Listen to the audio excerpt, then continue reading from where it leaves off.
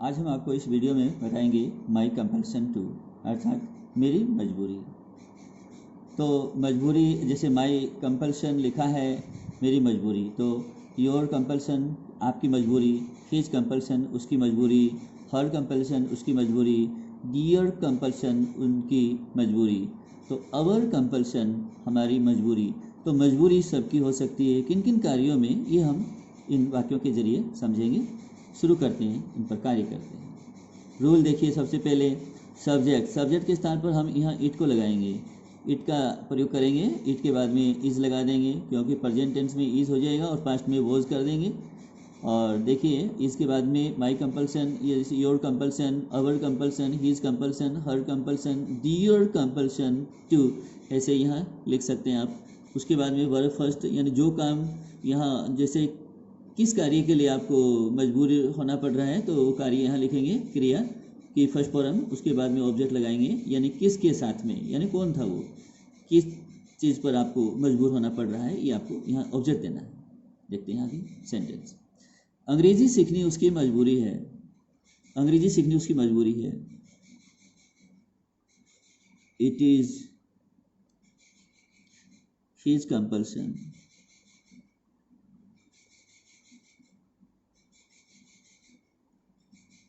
it is his compulsion to learn English। भाषा का पहला अक्षर होता है वो कैपिटल होना चाहिए। English, it is his compulsion to learn English. देखिए अगला सेंटेंस, वहाँ जाना मेरी मजबूरी है। इट इज़, अब मेरी मजबूरी है, it is my compulsion.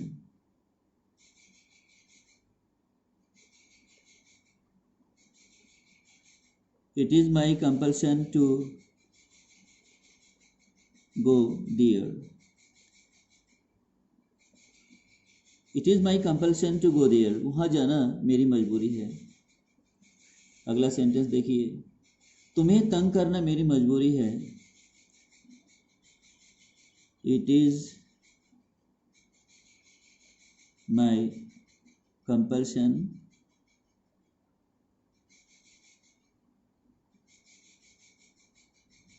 it is my compulsion to bother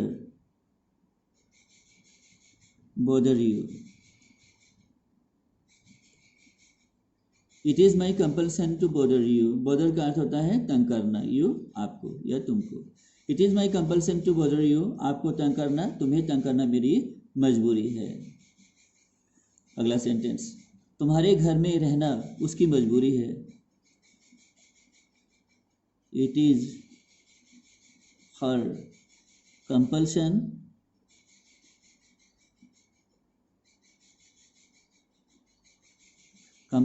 to stay in your home, in your home। it is her compulsion to stay in your home, या यहाँ पे to stay के स्थान पर to stay में नहीं रहना होता ही है। अगर आप यहाँ to live लिखना चाहें तो भी आप लिख सकते हैं, लेकिन पूरा वाक्य देखिए, it is her compulsion to stay in your home, आपके घर में रहना उसकी मजबूरी है। अब देखिए अगला सेंटेंस, तुम्हें कॉल करना मेरी मजबूरी थी। अब ये पास्ट टेंस की बात हो रही है, तुम्हें कॉल करना मेरी मजबूरी थी। इट वॉज, अब थी में वॉज लिखना होगा, यहाँ इज नहीं लिखेंगे, फिर was. It was my compulsion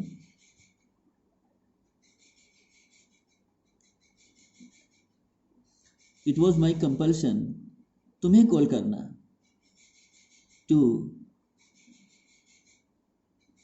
call up you। it was my compulsion to call up you, या call you up, अब बाद में भी लिख सकते हैं, अब पहले भी लिख सकते हैं, दोनों ही नियम है। it was my compulsion to call up you, तुम्हें कॉल करना मेरी मजबूरी, इट वॉज माई कंपल्शन, मेरी मजबूरी थी तुम्हें कॉल करना, टू कॉल अप यू, तुम्हें कॉल करना मेरी मजबूरी थी, it was my compulsion to call up you. देखिए अगला, भोजन पकाना मेरी मजबूरी है, it is my compulsion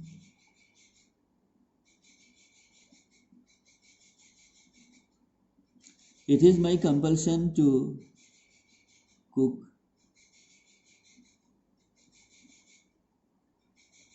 food. भोजन पकाना मेरी मजबूरी है, it is my compulsion to cook food.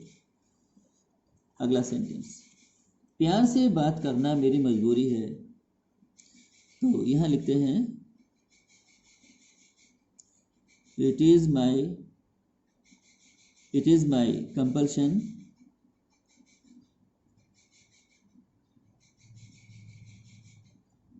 It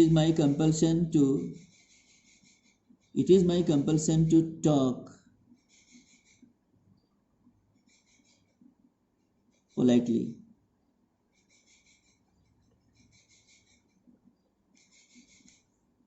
It is my compulsion to talk politely. विनम्रता से बात करना या प्यार से बात करनी मेरी मजबूरी है, मेरी मजबूरी है। प्यार से बात करना मेरी मजबूरी है, तो यहाँ प्यार से बात करने का मतलब है टू टॉक पोलाइटली। अगर ये लिखा जाए कि प्यार से तुम्हारे साथ बात करनी मेरी मजबूरी है, तो यहाँ लिखेंगे it is my compulsion to talk to you politely. तो यहाँ लिखना पड़ेगा, टू लिख करके यू लिखना होगा, टू टॉक टू यू, ऐसे लिखना होगा यहाँ। तो तुम्हारे साथ बात करनी मेरी मजबूरी है हो जाएगा। और आज का अंतिम सेंटेंस देखिए, चुप रहना मेरी मजबूरी है, it is my compulsion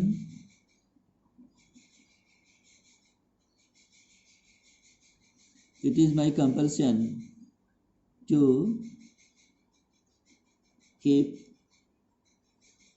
silent, या कीप क्वाइट भी कर सकते हैं, कीप क्वाइट कर दीजिए, QUIET, keep quiet. It is my compulsion to keep quiet, चुप रहना मेरी मजबूरी है। तो ये हो गया, शांत रहना या चुप रहना मेरी मजबूरी है। It is my compulsion to keep quiet, शांत रहना या चुप रहना मेरी मजबूरी है। तो मुझे उम्मीद है आपको सारे वाक्य पसंद आए हैं और समझ में आ गए होंगे, और इन वाक्यों को आप याद कीजिएगा, सीखिएगा, और मेरे इस वीडियो को लाइक कीजिएगा, शेयर कीजिएगा।